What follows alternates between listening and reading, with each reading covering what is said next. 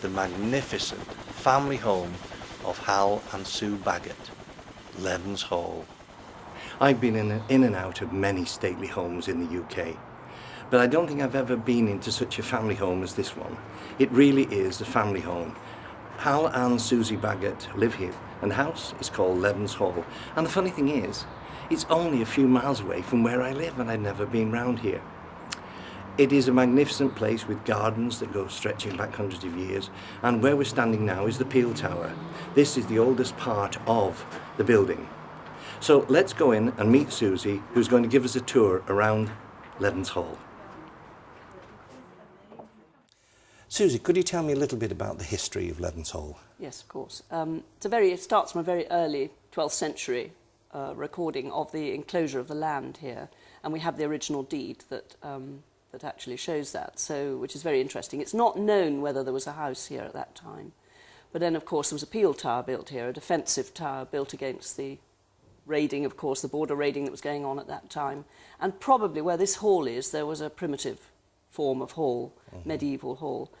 And then of course the house passed through that was the de Redmond family at that time, and it was then sold to a Bellingham, and James Bellingham was the first Bellingham to live here, and he made money out of the dissolution of the monasteries and built the Elizabethan house that we're sitting in now. So he enclosed the Peel Tower, the remains of the medieval Peel Tower, within the Elizabethan house.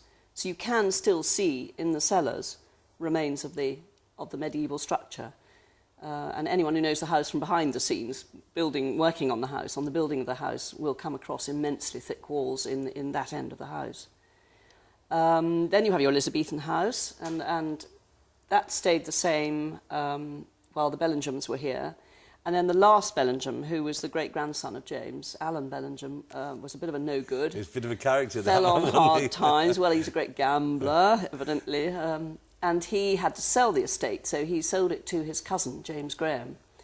And Graham added, I mean, he did many, many things. He was a wonderful man. He was privy purse to King James II. He was very prominent in the court in London at the time, both Charles II's court and James II.